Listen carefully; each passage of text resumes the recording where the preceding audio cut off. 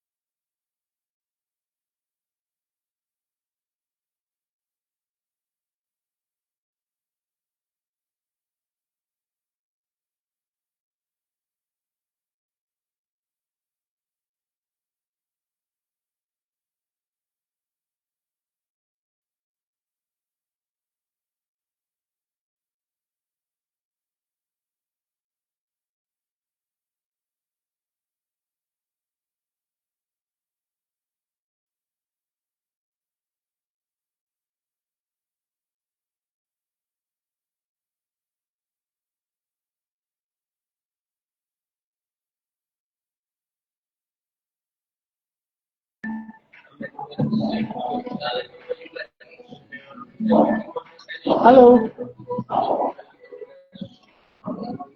Selamat siang, Pak. selamat siang. Sorry nih aku tadi habis meeting terus ada olahraga sedikit. It's okay, Pak. Terima kasih sudah bersedia untuk ngobrol-ngobrol di Parent Talk ini. Saya mengganggu waktu Bapak ya. Mungkin butuh untuk Enggak lap-lap kok, dulu. Minum dulu, Pak. Minum. aman-aman. Kirain aku udah selesai soalnya tadi, tapi ternyata ada lanjutan lunch meeting so. Ah, Oke, oke, oke. Minum dulu, Pak. Tarik nafas. Itu oke. Kita punya banyak waktu sore siang ini untuk ngobrol-ngobrol. Ini lagi olahraga Oke. padel ya, Pak ya? Lagi padelan jam Iya, 12.30. Wow, nggak panas, iya. Pak? Kan di dalam ruangan, jadi nggak apa-apa. Oke, baik, baik, baik, baik. Kalau Bapak udah siap, nanti kita bisa mulai Siap, siap. ngobrol-ngobrolnya dulu. Santai aja, Pak. Ini hanya untuk sharing pengalaman, kita ngobrol, bagi-bagi Aman kok. tips, gitu. Siap, boleh-boleh. Langsung aja nggak apa-apa. Baik, baik. Topik kita siang ini tentang latte debt ya, Pak ya. Ya, Jadi betul. mungkin sebagian orang tua, mungkin para follower dari Twinkle Family belum familiar dengan apa arti latte debt ini. Nah, istilah latte debt ini kan pertama kali muncul di Swedia ya, Pak. Itu terinspirasi dari para ayah muda yang waktu itu mereka sedang cuti, terus mereka itu terlihat sering di taman-taman, di kafe-kafe, mereka menikmati kopi latte sambil mereka tuh jaga anaknya, anak-anaknya. Nah, jadi ada kopi sambil liatin anak-anak. Nah, itulah munculnya istilah latte debt. Nah, ternyata di Indonesia ini juga sedang menjadi tren, Pak, tentang istilah latte debt ini. Dan di balik secangkir kopi itu, Bapak Ibu sekalian, ada cerita tentang keseimbangan antara pekerjaan, keluarga, kasih sayang seorang anak.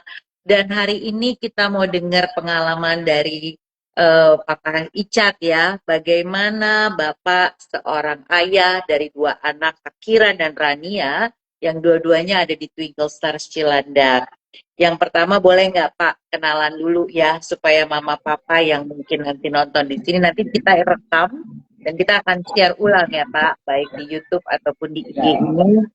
Akira dan Rania ini Baik. sekarang umur berapa ya Pak ya? Kalau Bapak boleh kenalan dan pekerjaan Bapak sehari-hari itu seperti apa? Oke, ya semuanya selamat siang. Terima kasih atas kesempatannya, Tim Rosa. Nama saya Hanif, Hanif Irsyad, biasa dipanggil juga Isyad, atau Papa Akira dan Papa Raina, ya. Jadinya saya sehari-hari sebagai seorang konsultan marketing, kebetulan saya punya agensi sendiri dan juga dosen di beberapa kampus. Eh, Hari-hari saya pagi kalau misalnya saya lagi nggak ada ngajar atau lagi nggak ada meeting, biasanya saya suka ngantar anak dulu karena itu adalah salah satu quality time saya sama anak, di mana mereka juga senang kalau misalnya saya bisa mengantar mereka di pagi hari. Jadinya setelah ngantar anak, biasanya saya menempatkan diri dulu untuk ngobrol sama istri saya, kira-kira apa yang mau dilakukan hari ini, apa yang bisa kita perbaiki dari hari sebelumnya, baru saya berangkat kerja. Biasanya gitu kalau misalnya lagi di hari-hari seperti biasa. Tapi kalau misalnya lagi rushing hour atau rushing day gitu, biasanya saya selalu menyiapkan waktu di setelah saya bekerja, misalnya saya harus video call dengan anak dan istri saya, atau malam hari saat saya udah pulang. Seperti itu sih.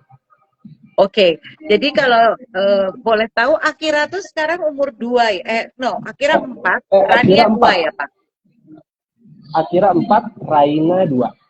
Ya, oke. Nah, kalau pagi-pagi tadi Bapak udah cerita sekilas. Jadi kalau Ya. Bapak minum kopi nggak Pak?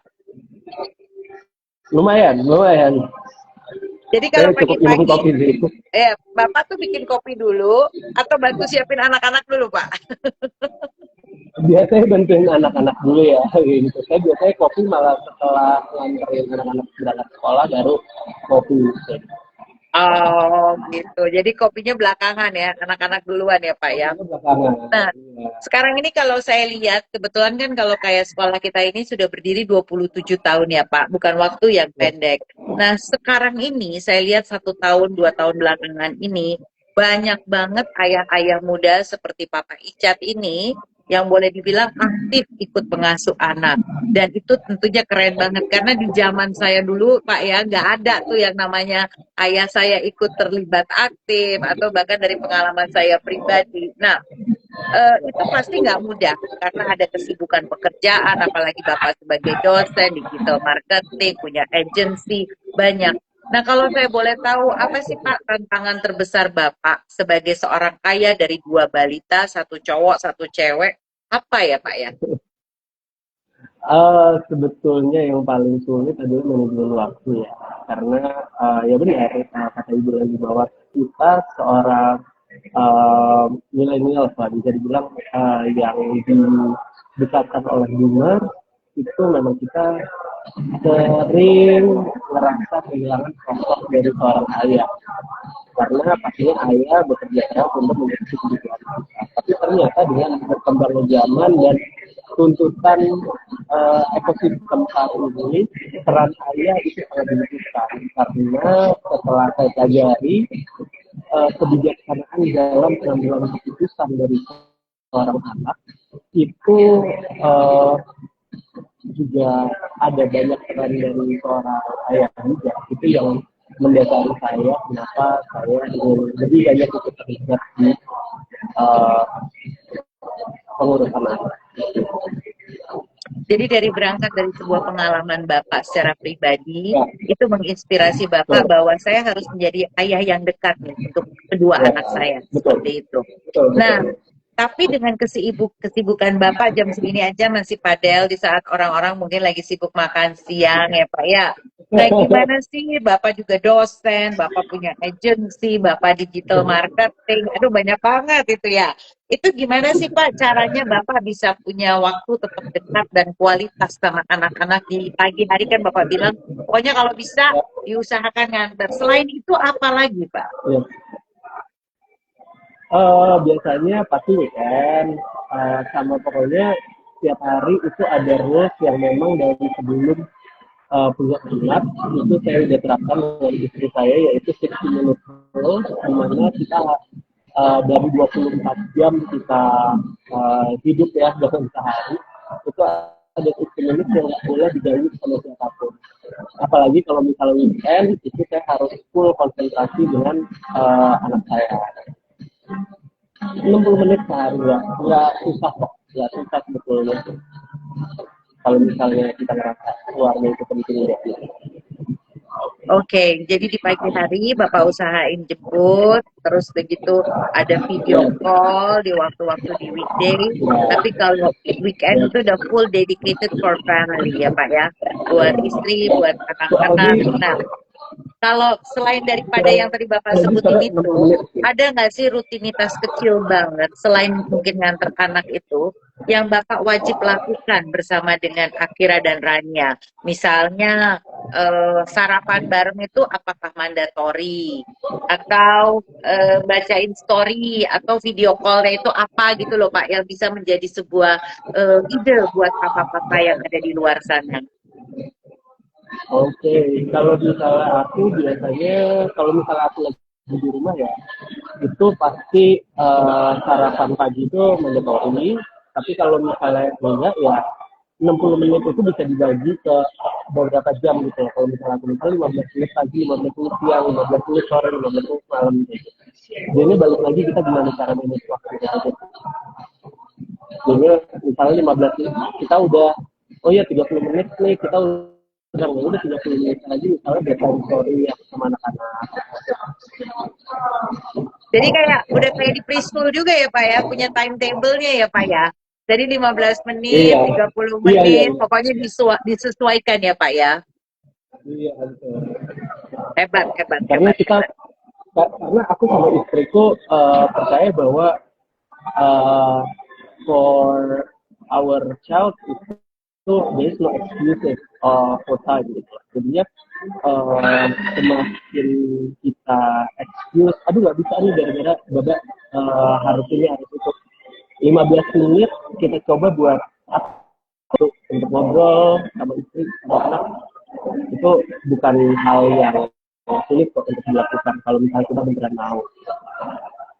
Oke. Tadi Papa mention tentang ngobrol dengan istri, sharing gitu ya. Ya, Which is, we know ya, that parenting is about teamwork ya. Which is mama, papa itu kita ya, harus saling support. Betul ya Pak ya? Nah, saya ya, pengen tahu betul, nih, betul. mungkin juga para para pendengar kita atau para penonton pengen tahu gimana sih bagi peran antara between you and mama untuk urusan anak-anak. Hmm. Oke, it's a really good question. Dimana aku sama istriku itu sama Mami Steffi, ibunya anak-anak, uh, saya gini, segala hal yang keluar dari anak-anak, istilahnya fantasi, muntah, apapun yang misalnya ada berdarah, keringetan, itu urusan aku. Segala hal yang masuk ke dalam anak-anak itu urusan ibunya. Jadi sih makan, urusin makan, urusan pemilihan pendidikan,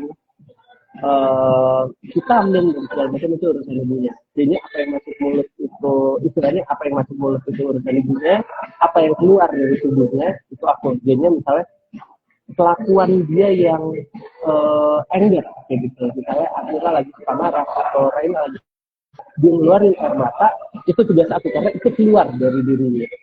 Tapi kalau misalnya kayak aduh aku nggak mau makan segala macam itu tugas ibunya buat Desman. Jadi pembagiannya kita sebetulnya cukup mudah. Apa yang keluar sama apa yang masuk gitu aja.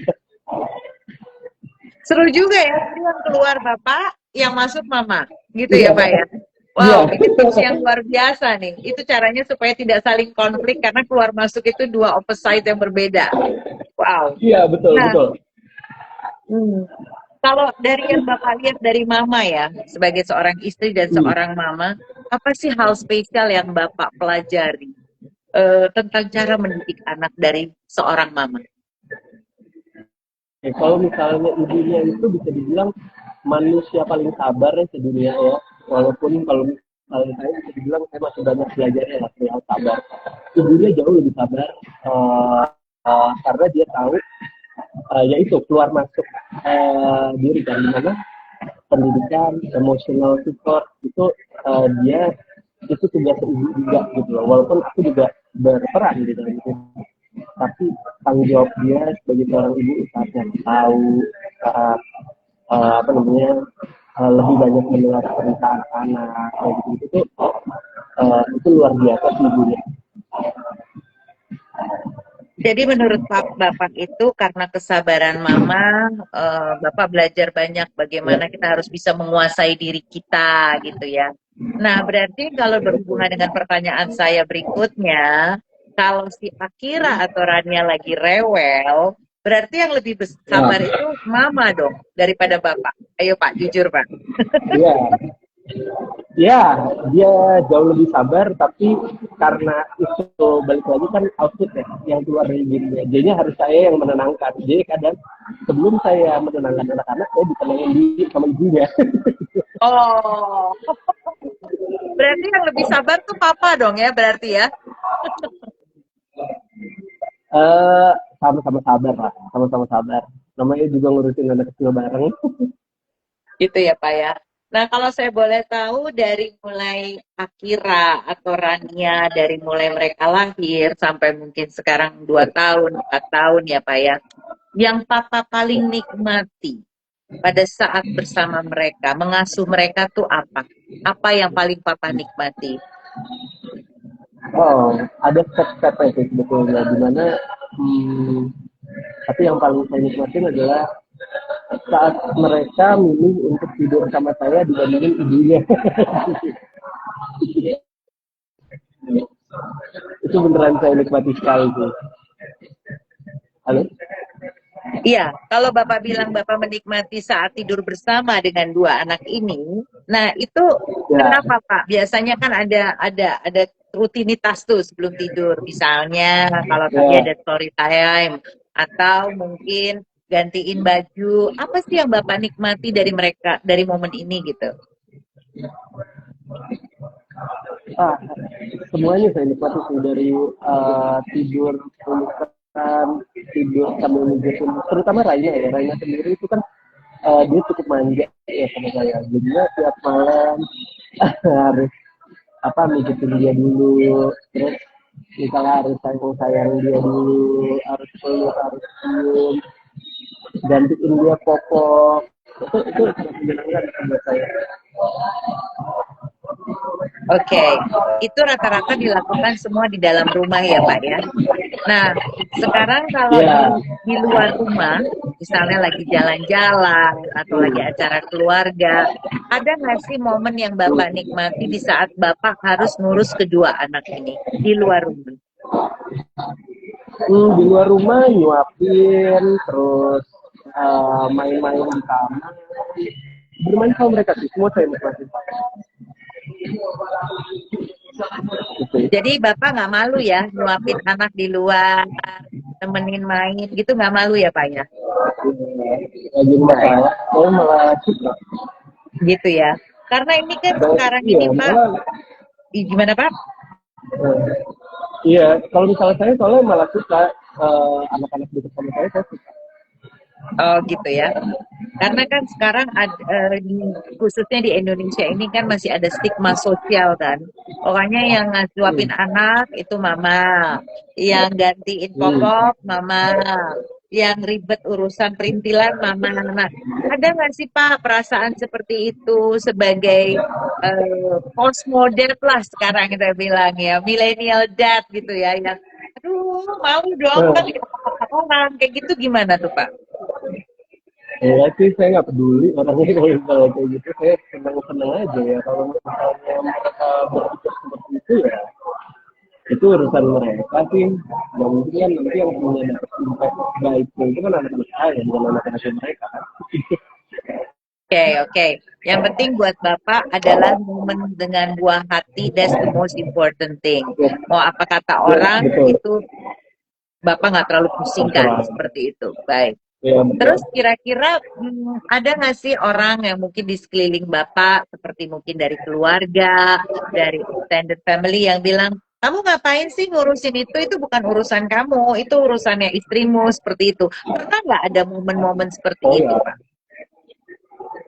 Oh ya, ada lah. Maksudnya dari orang terdekat aja ada. Tapi saya selalu bilang, yang bertanggung jawab atas perkembangan hidup anak saya itu saya sendiri, dan saya tidak mau menyesal dengan keputusan itu. Karena kalau misalnya saya nggak berkontribusi, saya bisa jadi akan menyalahkan pihak lain. Tapi kalau misalnya saya berkontribusi, saya bisa meminimalisir apa yang di luar kuasa saya. Oke, jadi Bapak memberikan penjelasan, tapi tetap ada ya, kita namanya masih tinggal di Ada. Indonesia yang masih mungkin sebagian masyarakat masih tradisional in the way of parenting, mah ada tuh ya Pak ya komentar-komentar seperti itu. Noted. Nah, Ada. dan menjadi papa itu kan itu sebuah perjalanan yang penuh warna ya Pak. Kadang Ya. tertawa, kadang capek, tapi saya yakin pasti banyak pelajaran berharga. Nah, yang saya mau tanyakan Betul. yang ini Pak, pelajaran yang paling berharga apa sih yang Bapak dapat sebagai seorang latte dad? Oke. Pelajaran berharga saya adalah satu, saya jadi orang yang lebih sadar. Dua, saya merasa apa ya, membuat apa ya, bisa bilang saya juga bingung kalau misalnya belajarnya banyak sekali soalnya, karena anak itu adalah diri terbaik dalam sebuah kehidupan menurut saya, dimana kita bisa apapun yang menjadi outputnya dari anak itu memberikan pembelajaran sendiri buat kita belajar lagi bagaimana mengontrol emosi, kita belajar lagi tentang apa bagaimana cara berkomunikasi, belajar lagi menikmati hidup, itu banyak sih, banyak banget. Jadi banyak banget yang tadi saya tangkap karena mungkin suaranya kurang jelas komunikasi, apalagi Pak ada 3 hal kalau nggak salah. Ya, komunikasi, apa namanya, komunikasi, terus emosi, satu emosi, dan belajar bersyukur sih, karena nggak banyak bapak atau ibu yang memiliki privilege seperti saya, memiliki pekerjaan dan juga waktu yang cukup untuk anak-anak saya. Jadi menurut Bapak, pelajaran berharga yang Bapak dapat sebagai seorang latte dad, Bapak belajar tentang komunikasi, Bapak juga belajar tentang bagaimana bersyukur atas kehidupan ini ya. Memang anaknya Bapak Ya, ini dua-duanya juga lucu, udah gitu gemes gitu ya, terus cakep-cakep karena mama papahnya juga alhamdulillah. papahnya ganteng, mamanya cantik, lembut gitu. Jadi perpaduan yang serasi ya. Saya sangat menikmati kalau melihat kedua buah hati Bapak di Twinkle Star. Terima kasih juga Bapak kirim dua-duanya Makasih. anak Bapak di Cilandak ya Pak ya. Nah, Bapak sebagai orang yang seorang dosen juga tentu ada dong Pak ya pesan yang Bapak mungkin bisa bagikan kepada ayah-ayah muda di luar sana yang masih belajar bagaimana menyeimbangkan kerja dan keluarga. Ada nggak Pak pesan-pesan yang mungkin Bapak mau bagikan ke mereka? Oke. Mungkin kalau misalnya ditanya pesan atau tips, aku juga masih banyak belajarnya ya. Namun salah satu hal yang mungkin bisa aku utarakan sekarang adalah yang bertanggung jawab atas perkembangan emosi seorang anak itu bukan hanya seorang ibu, tapi seorang ayah juga. Alangkah lebih baiknya seorang ayah berkontribusi, karena kita sudah Indonesia ini saat ini sudah terkenal sebagai fatherless country. Mau sampai kapan? Karena tekanan di luar akan selalu besar, dan kalau misalnya seorang ayah tidak berkontribusi dalam mengurus anaknya, itu akan punya impact di masa depan yang merugikan banyak hal, merugikan banyak orang. Jadi menurut Bapak, tips yang bisa Bapak bagikan pesan bahwa kontribusilah dalam perkembangan anak kita ya. Karena itu pasti akan memberikan dampak psikologi, emosi, kognitif, dan sebagainya untuk masa depan mereka. Nah, pertanyaan terakhir Betul. Pak, sebelum kita menutup, nanti Bapak bisa olahraga lagi, melanjutkan pedalnya. Kalau Bapak harus menggambarkan menjadi ayah dengan satu kata saja, itu apa? Dengan satu kata saja, gambarkan ayah.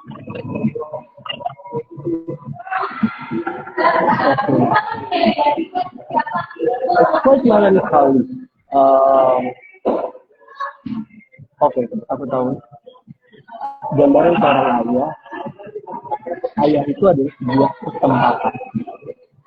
Menurut saya, ayah adalah sebuah kesempatan yang diberikan Tuhan kepada kita dan kita harus uh, sebaik-baiknya. So, satunya apa mungkin Sorry ayah Pak, adalah seorang putus-putus dan Pak, boleh diulang Pak, kesempatan yang udah putus-putus. pasti harus diambil dong. Maaf Pak, Ya, putus-putus tadi nggak ketangkep pesannya bahwa oke. So, seorang seorang ayah adalah apa Pak? Maaf. seorang ayah kesempatan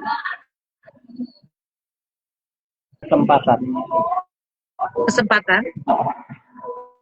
ya, sebuah kesempatan. Satu kata kan? Ya, Satu satu kata, kata. seorang ayah adalah sebuah kesempatan. Kenapa Bapak bilang bahwa ayah adalah kesempatan, Pak? Buat semua orang memberikan kesempatan dan dalam hidup kita cuma punya harus disebut menjadi seorang ayah. Jadi lah baik. Halo? Ya, jadi Nggak kedengeran, Pak. Maaf. Nggak kedengeran sama kami. Kesempatan karena signalnya kurang bagus kayaknya. Kita tunggu ya, Mama Papa, Papa Hanif soalnya lagi di lapangan pedal. Jadi gini mungkin signalnya kurang bagus. Anyway, kita tunggu sebentar.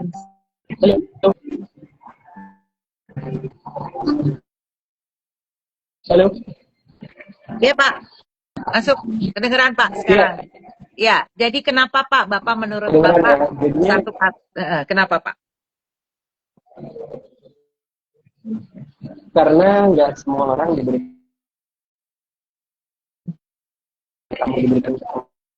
lakukan yang terbaik.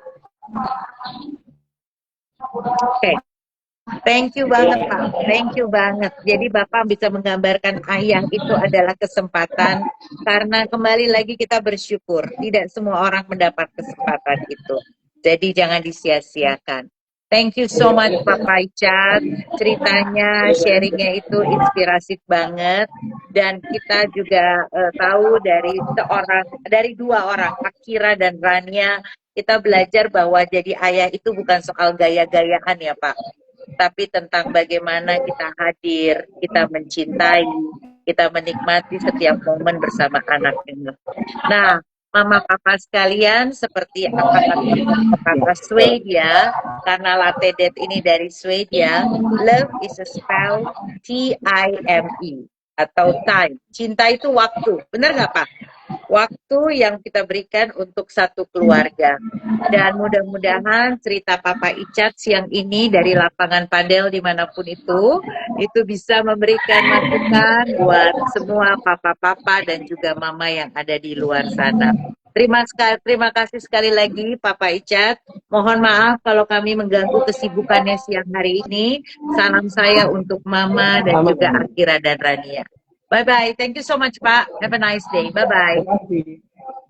Have a nice day. Bye. Bye. Kita tutup ya. Alright. And now